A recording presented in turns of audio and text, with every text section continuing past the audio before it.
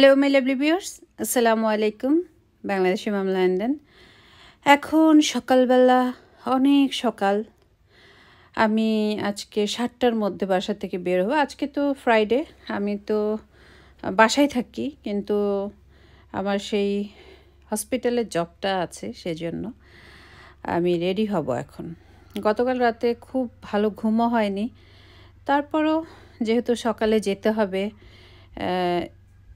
একটু তো রেস্ট নিতেই হয়। তো খুব সকাল সকাল উঠে গিয়ে তারপর একটু রেডি হচ্ছি। আমি নাস্তা খেয়ে যাই না, আমি এক গ্লাস পানি খেয়ে চলে যাই। তো রেডি হলাম, এখন আমার পছন্দের ঘড়িটা হাতে দেব। এখানে আমার হাজব্যান্ডের ঘড়ি আছে কিছু, আর ও যেটা এভরিডে ইউজ করে সেটা বাইরে আছে, বক্সে রাখা হয়নি, কারণ বক্সে স্পেসও নেই, সেই জন্য। আমার কিছু ঘড়ি আছে, আর আমার ঘড়িগুলো অনেক অনেক বছর আগেরও আছে। এখানে 14-15 বছর আগের ঘড়িও আছে। আমি খুব যত্ন করে রাখি, সেজন্য খুব সুন্দর থাকে। তো আমি ঘড়ি পরা খুব পছন্দ করি, কারণ যারা হেজাব করে আমার মনে হয় তারা একটু আংটি পরা, ঘড়ি পরা, এই জিনিসগুলো খুব পছন্দ করে। তো আমার মনে হলো অ্যাপেল ওয়াচটাই আজকে হাতে দিয়ে যাই। যে ড্রেস পরি বা যেই ফতুয়া টাইপের পরি, তার সাথে একটু ম্যাচিং করে পরলে ভালো লাগে। এদেশে ঘড়ির ব্যাটারির খুব দাম, সেজন্য আমি কি করি, ঘড়িগুলোকে অফ করে রাখি। তারপর যখন হাতে দিই তখন আবার সেট করে হাতে দিই, তাহলে আমার ব্যাটারিগুলো অনেক দিন যায়। অনেক দিন পর পর আমার ব্যাটারিগুলো লাগাতে হয়। তো সব কিছু নিয়ে রেডি হয়ে নিলাম। আয়া সাদিয়ান ঘুমাচ্ছে, আস্তে করে বের হতে হয় যেন কারো ঘুমের ডিস্টার্ব না হয়। এই সময়টায় অনেক নীরব থাকি, সকালবেলা তো সবার কাজ বেশিরভাগ 9টা থেকে থাকে, তবে 6টা-7টা এই সময়গুলো বাহিরে খুব নীরব থাকে। এই তো আয়া সাদিয়ান ঘুমাচ্ছে, ওদের রুমের পাশ দিয়ে আমার বের হতে হয়, তাই একটু দেখে গেলাম। তো এখন আমি স্টার্টফোর্ড স্টেশনে যাব। আমাদের এখানে তো একটা সব সময় ভয় কাজ করে, আপনি মোবাইলে রাস্তায় কথা বলতে বলতে যেতে পারবেন না। যে কোনো সময় সাইকেল নিয়ে ছেলেরা এসে মোবাইলটা নিয়ে চলে যায়। সেই জন্য একটু ভয়ে ভয়ে থাকতে হয়। যেমন আমি মোবাইলটা সবসময় হাতে রাখি, ব্যাগে কখনোই রাখি না। আমি দেখেছি ওয়েস্টফিল্ডের অনেক শপ থেকে মানে যারা যারা শপিংয়ে গিয়েছেন তাদের মোবাইল নিয়ে যায় মানুষ। কি একটা অবস্থা বলেন! মোবাইল নিয়ে যাওয়াটা যেমন কষ্টের, সবচেয়ে কষ্টের হচ্ছে সেখানটায় অনেক ইম্পর্টেন্ট ডকুমেন্ট থাকে। তারপর ব্যাংক কার্ডগুলো আমরা মোবাইলে ইউজ করি, সব কিছু মিলিয়ে মোবাইল হারিয়ে যাওয়া মানে অনেক কষ্টের একটা ব্যাপার। তো আজকে আমি কোথায় যাচ্ছি জানেন? আজকে আমি যাচ্ছি সাউথ হলে। আমি সাউথ হলের কথা অনেক শুনেছি। সাউথ হলে একটা মার্কেট আছে, সব সময় শুনতাম। আমি এখানে কিন্তু নিয়ারলি প্রায় 19 বছরের মতো কিন্তু হয়ে যাচ্ছে আমার। 18 সাড়ে 18 মতো হয়ে গেছে। তো সাউথ হলের কথা শুনতাম, যাওয়ার হতো না। তো আজকে যেহেতু আমার জবটা সেখানে, আমি আজকে সাউথ হলে যাচ্ছি। একাই যাব, আবার একাই আসব জব শেষ করার পর। আর আমি চিন্তা করছি যে আমি এই দুটো জব কি মেনটেন করতে পারবো? আমার না আসলে অনেক টায়ার্ডও লাগে। তো অনেকে বলে যে আপনি বুটসের কাজটা ছেড়ে দেন, আপনি এই ফেলোবটমস কাজটাই করেন, ব্লাড টেস্টের কাজটাই করেন। এটার মধ্যে আবার মানে ওরা আর্নিংটা যে করবে তার ভালো হয়। তো আমার আবার একটু সবার সাথে গল্প টল্প করে কাজ করতে পছন্দ। এই একটা রুমের মধ্যে বসে থাকা, একজন একজন করে পেশেন্ট আসবে, তার ব্লাড নেওয়া, এটা কেন যেন আমার একটু বিরক্তিকরও লাগছে। তো দেখি, মাঝে মধ্যে করে দেখি কি হয়। মানে একটা মানে অপশনাল রেখেছি, যদি বসতে সমস্যা হয়, ভালো না লাগে, তাহলে ওই সাইডে যাবে, এরকম একটা অবস্থা। তবে বসতে আমার খুব ভালো লাগে। আমাদের ম্যানেজারগুলো মোটামুটি খুব ভালো, আমার কলিগগুলো খুব ভালো। সবাই তো আর ভালো হয় না, নিজেকে একটু ম্যানেজ করে চলতে হয়। স্টেশন থেকে নামার পর এখন বাসে যাব। বাসে যেতে প্রায় 20 থেকে 25 মিনিট লাগবে। মানে নিজের কাছেই নিজের অনেক টায়ার্ড লাগে।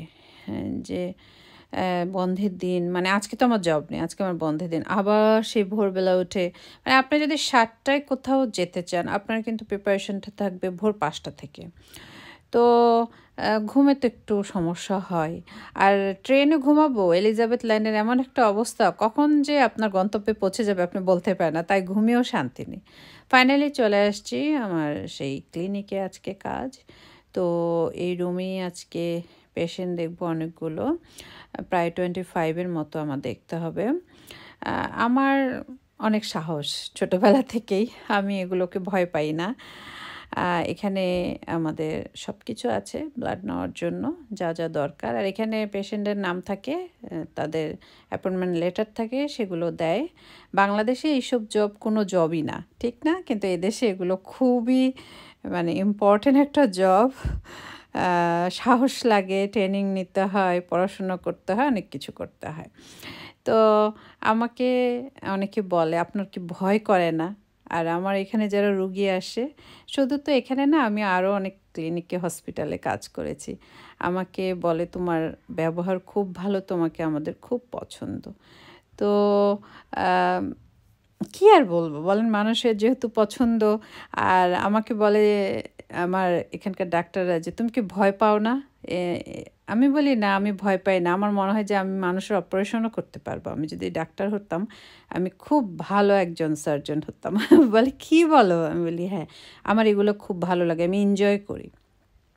আমার হাজব্যান্ডও এই কথা বলে যে তুমি যদি ডাক্তার হতা তুমি অনেক ভালো করতে পারতা, এই আর কি। ফাইনালি সেই সাউথ হল, আমার স্বপ্নের, আমি যে শুনেই আসছি সাউথ হল, সাউথ হল, এত সুন্দর সুন্দর জিনিস, এত সস্তা। আসলে না, অনেকক্ষণ ঘুরে দেখলাম গ্রিন স্ট্রিট, সাউথ হল একই দাম। সাউথ হলে মানে অনেক ভালো কিছু যে আছে তা না, গ্রিন স্ট্রিটে যা আছে এখানেই তা আছে, তবে গ্রিন স্ট্রিটটাই আমার বেশি পছন্দ। এই শপটা আমার খুব পছন্দ হয়েছে। এখানে অনেক সুন্দর সুন্দর জিনিস ছিল, এবং কালোর মধ্যে একটা ডিনার সেট দেখালাম না, দাবার মতো, সেটা আমার খুব পছন্দ হয়েছে। কিন্তু পছন্দ হলেই তো আমি নিব না, আমার তো রাখার জায়গা নেই। এই ফুলগুলো দেখতেও খুব ভালো লাগছিল। আর এখানে যে ওনার মেয়েটা, ওর সাথে অনেকক্ষণ গল্প করলাম। আমি যেখানেই যাই সেখানেই ফ্রেন্ডশিপ করে ফেলি, এত কথা বলি আমি, মানে টু মাচ আমার কথা বলতে ভালো লাগে। মানে ও কোথায় থাকে, কী অবস্থা, ওর ফ্যামিলির কথা, মানে আর 2-1 ঘন্টা কথা বলে মনে হয় আমার লাইফের সমস্ত ইতিহাস ও জানতো, ওর লাইফে সব ইতিহাস আমি জানতাম, এরকম একটা অবস্থা। তারপর অনেকক্ষণ কথাটা তো বললাম। তারপর আমি বললাম যে তোমার দোকানের জিনিসগুলো অনেক সুন্দর। সবগুলো তো আর সুন্দর না, বলার জন্য বলা আর কি, কিছু কিছু খুব ভালো ছিল। তো আমি খুব বেশিক্ষণও সাউথ মার্কেটে থাকবো না, আমি এখন সাউথ স্টেশনের দিকে যাব। আমি যেতে যেতে যতগুলো শপ পড়বে আমার পছন্দের সবগুলোর মধ্যে একটু একটু করে যাব আর কি, কারণ বাচ্চার স্কুল থেকে আসার আগে আমার বাসায় যেতে হবে। আমার জব শেষ হয়েছে 1টার দিকে, আর আমি মানে স্টেশনে আরেকটা স্টেশন এখন ইউজ করব। আসার সময় একটা দিয়ে আসছি, যাওয়ার সময় একটা দিয়ে যাব। তো এখানে একটা চ্যারিটির মতো সব দেখলাম, এখানেও ভালো লাগলো, অনেক সুন্দর সুন্দর জিনিস দেওয়া আছে, অনেকে দান করে দেয়। হ্যাঁ, এবং ওনারা এগুলো সেল করে সেই টাকাগুলো আবার ওনারা যেই মানে ক্যান্সার রিসার্চে থাকে বিভিন্ন মানে কোম্পানির নামে এখানে চ্যারিটি খোলা হয়, সেই হসপিটালগুলোতেও তারা আবার দিয়ে দেয়, বাচ্চাদের জন্য থাকে বিভিন্ন আর কি, বাংলাদেশের মতোই। দেখেন, কেউ বলবে এটা সাউথ হল, পুরো গ্রিন স্ট্রিট লাগছে না?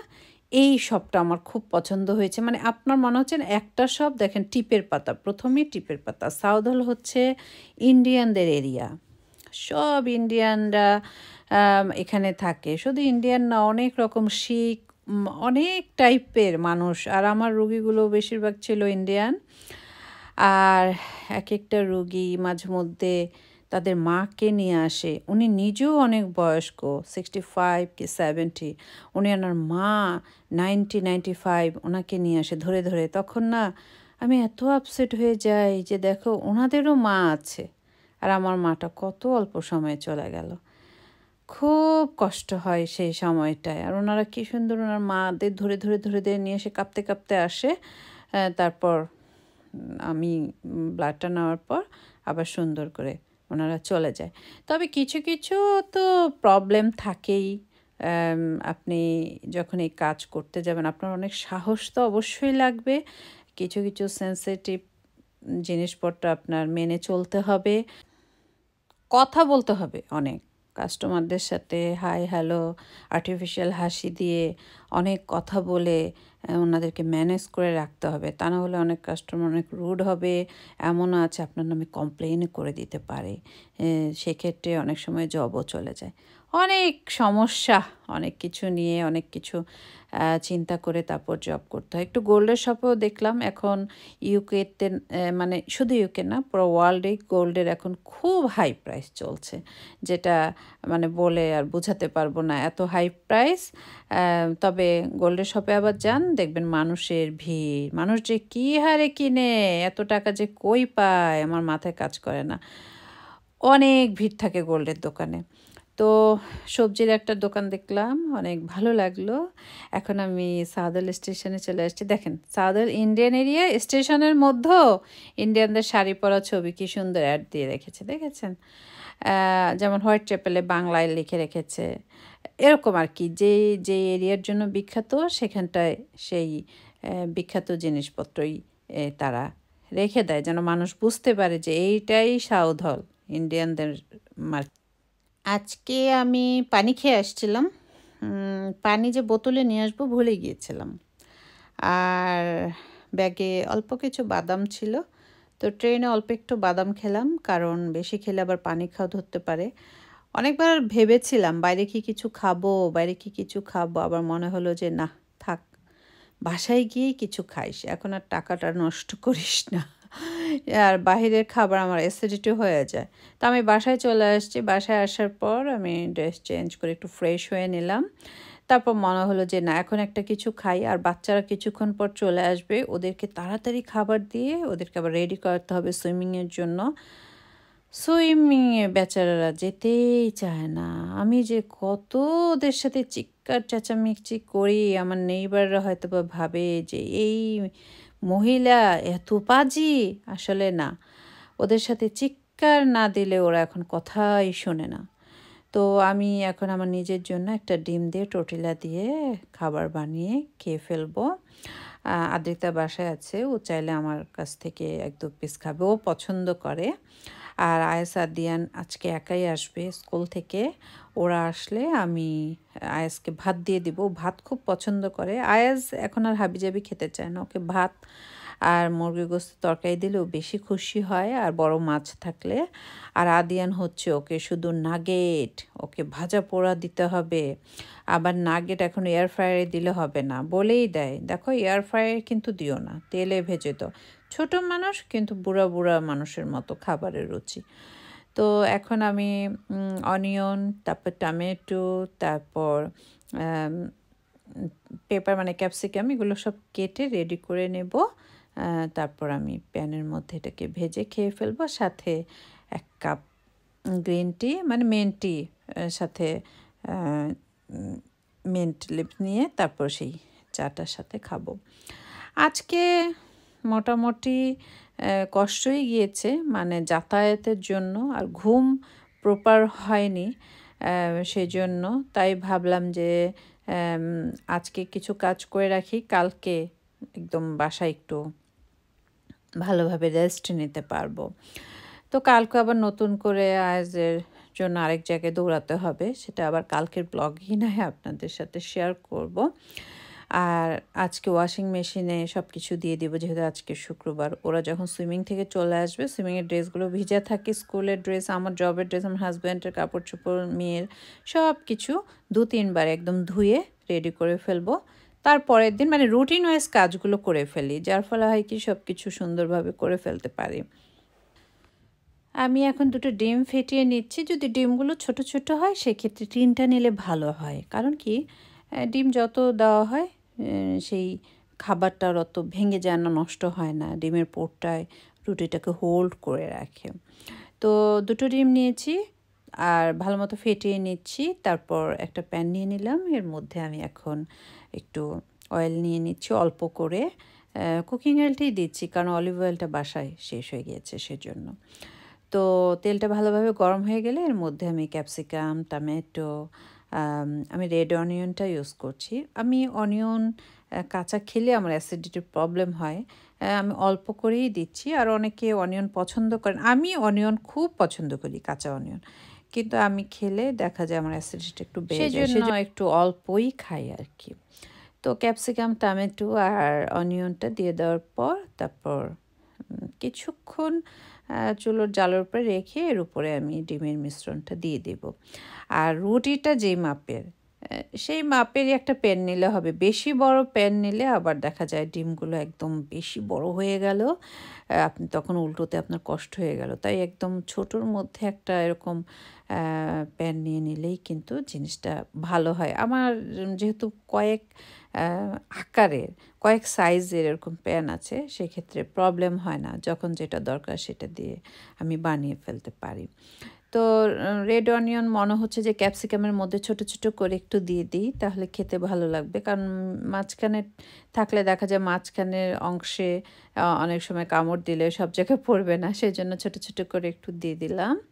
তারপর এখন আমি ডিমের মিশ্রণটা দিয়ে দেওয়ার পর কালো গোলমরিচ গুঁড়োটা একটু দিয়ে দিচ্ছি টেস্টের জন্য। ডিমের সাথে কিন্তু আমি লবণটা আবার মিশিয়ে নিয়েছিলাম।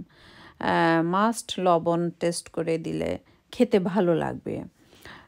তো গোলমরিচ গুঁড়ো অল্প করে দিয়ে দিলাম। এখন আমি এর উপরে রুটিটা দিয়ে দিচ্ছি। আর আপনারা চাইলে কাঁচামরিচ ছোটো ছোটো করে কেটে দিলেন, যেহেতু বাচ্চারা খাবে। আদ্রিতা ও মানে পছন্দ করে না ঝাল খাওয়া, বা আয়াসা দিয়ানো যদি থাকে সেক্ষেত্রে আমি আর মরিচটা চিন্তা করেই দিই না, যে না থাক, সবাই যেন খেতে পারে। তো বেশ কিছুক্ষণ চুলোর উপরে রেখে দেবো। চুলোর জালটা একদম কমিয়ে রাখবো। দেখেন আস্তে আস্তে কিন্তু ফুলে যাচ্ছে, ডিমটা হয়ে যাচ্ছে, ফুলে যাচ্ছে। তাড়াহুড়া করে এটাকে উল্টানো যাবে না, তাহলে একটু একটু ভেঙে ঠেঙে যাবে, দেখতে ভালো লাগবে না। ভালোভাবে হয়ে যাওয়ার পর তারপর আমি এখন এটা চারিপাশটা একদম যেই আমার স্পুনটা আছে চারিপাশটা খুলে খুলে খুলে খুলে তারপর উল্টিয়ে ফেলবো, তাহলে এটা খুব সুন্দর করে উল্টে যাবে। উল্টানোর সময় নিচ দিয়ে একদম একদম সব সাইডে ঠিক এভাবে এভাবে আস্তে করে খুলে নিলে হবে কি, আপনার যদি কোনো একটা আইটেম বের হয়ে গেল সেটাকে আপনি আবার সেট করে ফেলতে পারবেন। ঠিক এভাবে উল্টে দিলাম।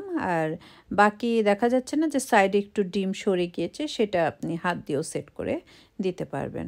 তো এখন আমি সোজা করে দিচ্ছি রুটিটাকে। তারপর রুটিটা আরেক সাইড একটু ভাজা ভাজা হয়ে গেলে আমি 4 ভাঁজ করে পরিবেশন করব। আর এখন যেহেতু আমি নিজে খাচ্ছি, আমার নিজের জন্যই আমি রেডি করছি। তবে 4 ভাঁজ করার আগে আমি একটু টমেটো কেচাপ দিয়ে দিচ্ছি। এটা হচ্ছে আপনার অপশনাল, আপনি যদি একটু টেস্ট বাড়াতে চান। তবে টমেটো মানে কেচাপটা দিলে মজাই লাগে, মানে স্বাদ বেড়ে যায় খেতে। এখন আমি ভাঁজ করে নিচ্ছি। আপনি চাইলে 2 ভাঁজ করেও নাইফ দিয়ে কেটে পিস করে নিয়ে নিতে পারেন, যেহেতু এখানে ডিমের পোরটা দেওয়া হয়েছে এবং ডিমটা একটু ফুলে পোরটা ভালো হয়েছে, তাই 4 ভাঁজ না করে আপনি এভাবে 2 ভাঁজ করে কেটে নিতে পারেন। এক্সট্রা যে ডিমগুলো বের হয়েছে সেগুলো আমি আবার এই রুটির মধ্যে দিয়ে দিব। এই তো রেডি হয়ে গেল। আমি এখন একটা নাইফ দিয়ে পিস করে কেটে নিচ্ছি। আর হ্যাঁ, সারাদিনে এরকম একটা খেয়ে নিলেই কিন্তু হয়ে যায় আপনার সকাল দুপুর, তারপর আবার সন্ধ্যার দিকে গিয়ে আপনি রাতের খাবার কিছু একটা খেয়ে নিলেন। আমার মনে হয় যে এত হেভি একটা খাবার, 2টো ডিম থাকলো, একটা রুটি থাকলো, একটু ক্যাপসিকাম, বা আপনি ইচ্ছে মতো একটু সবজি অ্যাড করতে পারলেন, এই তো পারফেক্ট। তো এখন আমি একটু সাজিয়ে নিচ্ছি। আমি একটা গ্রিন টমেটো দিয়ে একটা গোলাপ বানিয়ে নিয়েছি। এখন ধনেপাতা একটু দিয়ে দিলাম। ধনেপাতাগুলো ফ্রেশ ছিল না, সেজন্য এমন লাগছে। যদি ফ্রেশ থাকতো দেখতে আরও ভালো লাগতো। এখন নিয়ে নিচ্ছি 1 কাপ টি। আমি এখন পুদিনা পাতা দিয়ে অল্প একটু গ্রিন টি দিয়ে গরম পানি দিয়ে চাটা বানিয়ে নেব। অনেক সময় দেখা যায় না যে একটু ঝাল খেতে ইচ্ছে হলো, সেক্ষেত্রে সাইডে 2টো মরিচও রেখে দিলাম। আমার তো ঝাল মাঝে মধ্যে খুব পছন্দ হয়, যে কোনো কিছু খাওয়ার সময় 1 কামড় কাঁচামরিচ খেলাম, খুব ভালো লাগে। আর কাঁচামরিচের ঝালটাও তো শরীরের জন্য ভালো। একটু গ্রিন টি পাতা দিয়ে দিলাম। তো এখন আমি খাবো আর টিভি দেখবো, যে টিভিতে কী কী নিউজ এসছে, বাংলাদেশে আবার কি অঘটন ঘটলো সেগুলো দেখব।